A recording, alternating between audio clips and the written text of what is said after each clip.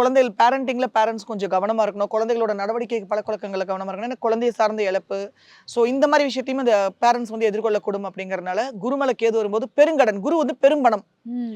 அந்த இடத்துல பெரும் பணத்தை தொட்டு கடனை பெரும் இழப்பையும் ஜாதகர் எதிர்கொள்ளக்கூடும். ஓகே. ஸோ இந்த மாதிரி விஷயத்துல மட்டும் கொஞ்சம் கவனமா இருந்தாங்க. சித்தர் வழிபாடு செய்றாங்க, ஜீவசமாதி வழிபாடு செஞ்சாங்க, குருமார்களை பின்பற்றி நடக்க ஆரம்பிச்சாங்க போது இந்த குரு கேதுவோட காம்பினேஷனை வந்து அவங்களால எதிர்கொள்ள இயலும். ஓகே. அடுத்ததாக சனி அந்த இடத்துல இருக்கு அப்படின்னா சனி கேது காம்பினேஷன். சனியை எப்பவுமே நான் தொடர்றது வந்து தொழில்காரகனா மட்டும்தான் நான் ஃபர்ஸ்ட் சனியை தொடுவேன். ம்.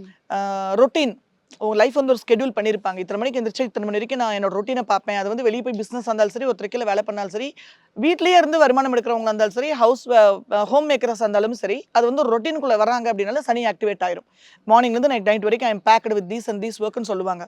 ஸோ அந்த இடத்துல கேது வரும்போது அந்த ரொட்டீனை தான் முதல்ல கேது உடைக்க விடும், உடைச்சிரும். அவங்களால அந்த ரொட்டீனுக்குள்ள அவங்களால ஸ்டிக் ஆக முடியாது. அப்போ ஃபர்ஸ்ட் சனிமலை கேது வரும்போது தொழில் சார்ந்த விஷயங்களை சுருக்கும்.